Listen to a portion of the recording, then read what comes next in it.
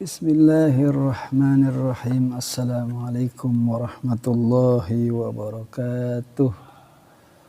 Salam jumpa kembali dengan Pak Malik pada pelajaran Al-Quran Hadis, ya. Lanjutan dari halaman 46. Ya. Sebelum kita mulai, marilah kita bacakan suratul Fatihah.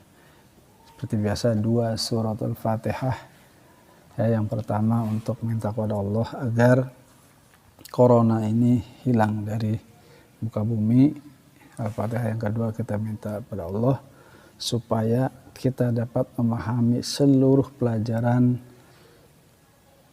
baik dari yang pelajaran umum maupun pelajaran agama, walaupun pada kondisi ini dapat kita memahami semua pelajaran tersebut, ya, walaupun keadaan pandemi COVID-19 ini. Ya, Al-Fatihah. A'udzu billahi minasyaitonir rajim.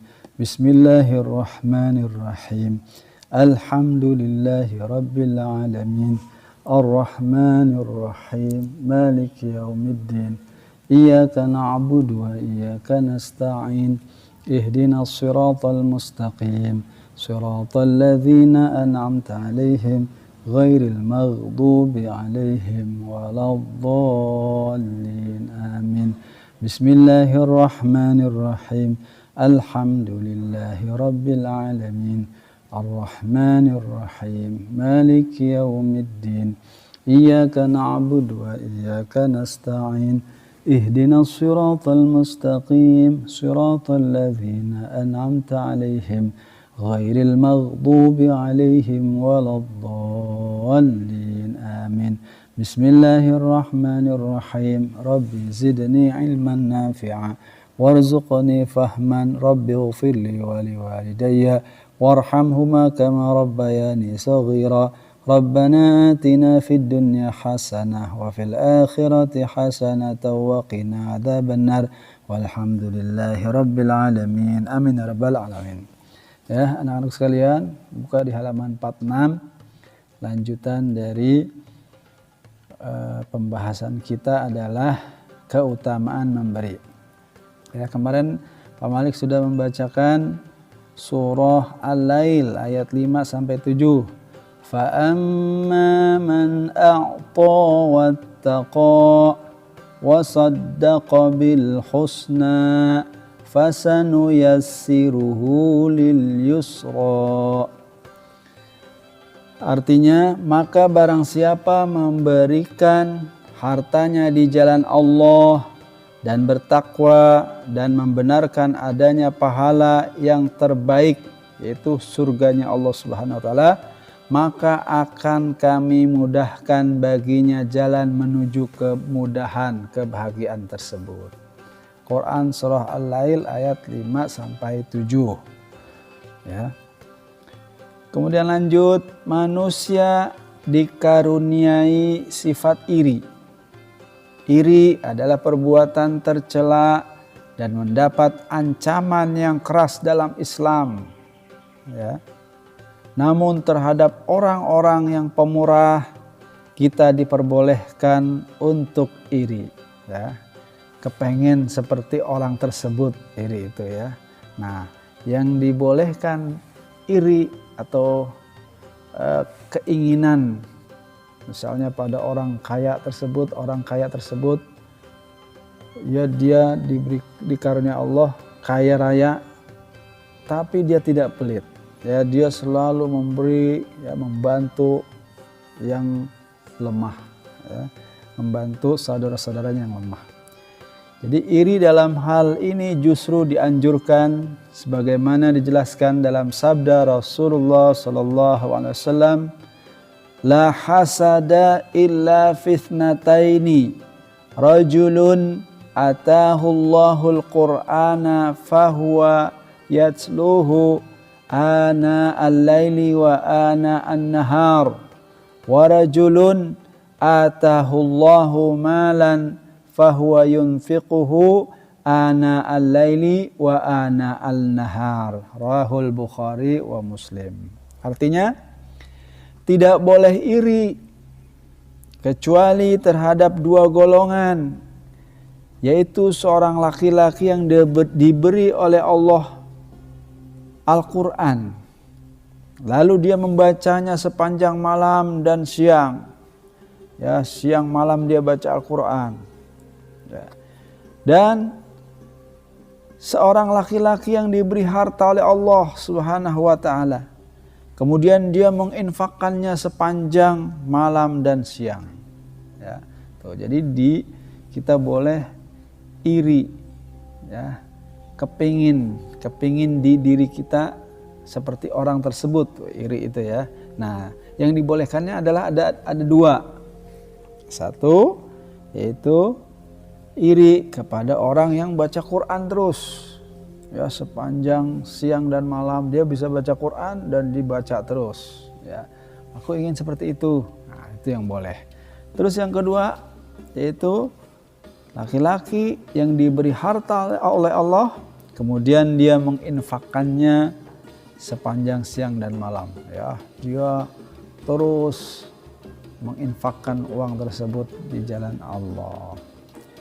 Orang pemurah tidak saja dicintai manusia, tetapi juga dicintai oleh Allah Subhanahu wa ta'ala. Ia akan memperoleh kebahagiaan di dunia dan di akhirat. Nabi Muhammad sallallahu alaihi wasallam pernah bersabda bahwa orang yang bermurah hati akan dekat dengan Allah, dekat dengan manusia, dekat dengan surga, dan jauh dari neraka. Untuk itu kita harus membiasakan diri bersikap pemurah. Di antara cara-cara melatih diri bersikap pemurah, satu, ya, cara melatih diri kita untuk bersikap pemurah. Pertama, suka memberi makan atau hadiah kepada pengemis, tetangga, dan teman-teman.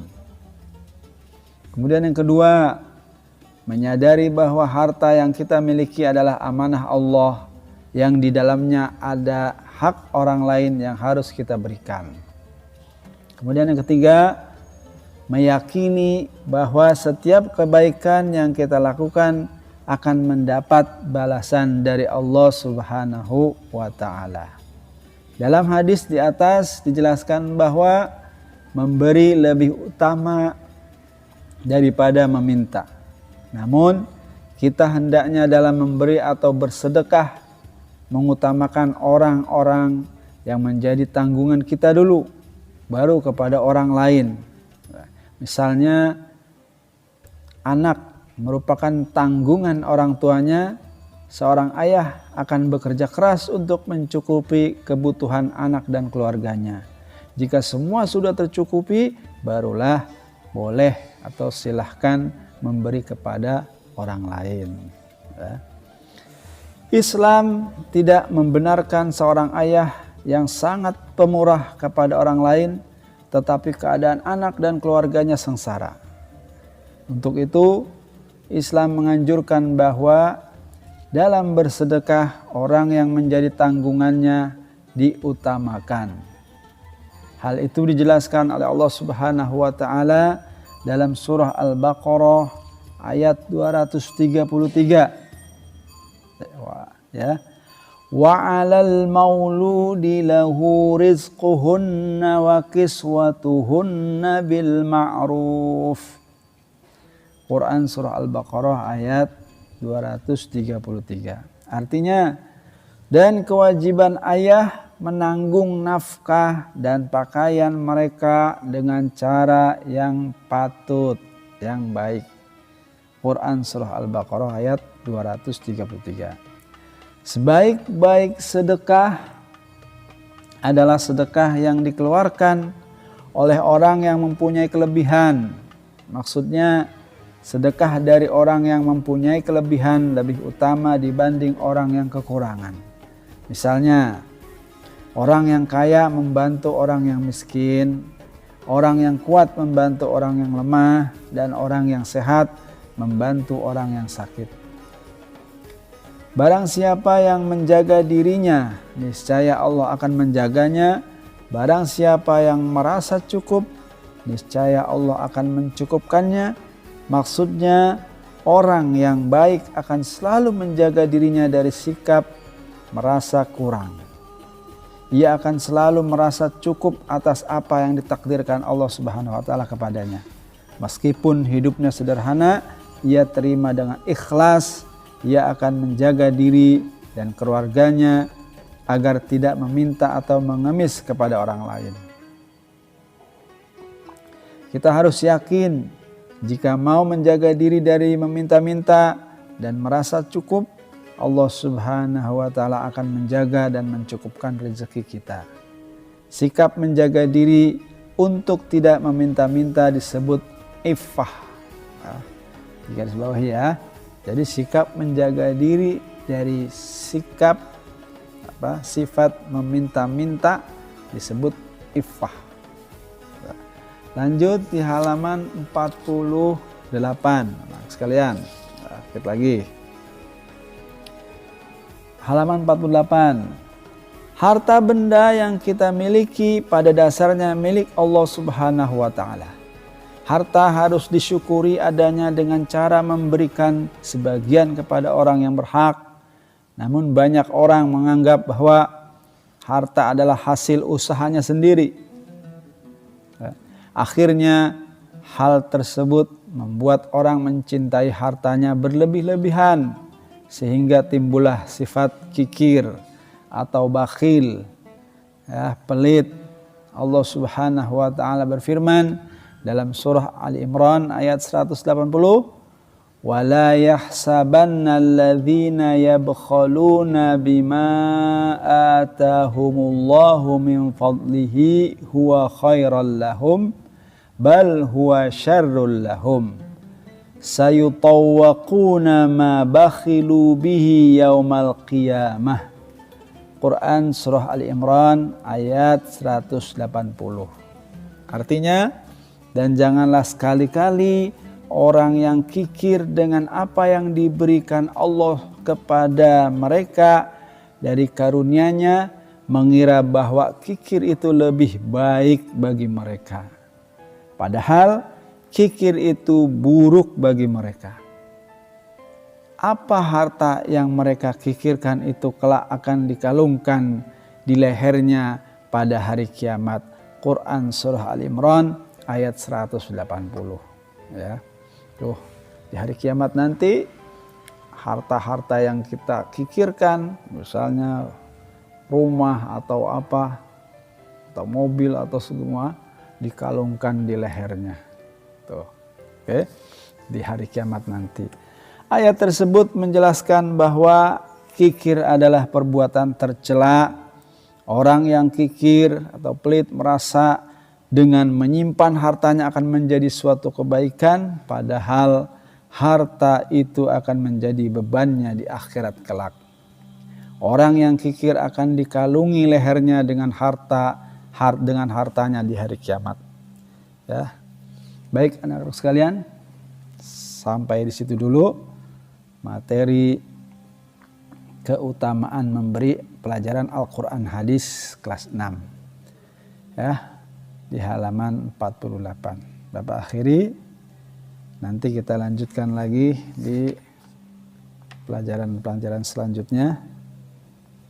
Sampai di situ dulu. Bapak akhiri, billahi taufiq wal hidayah. Wassalamualaikum warahmatullahi wabarakatuh.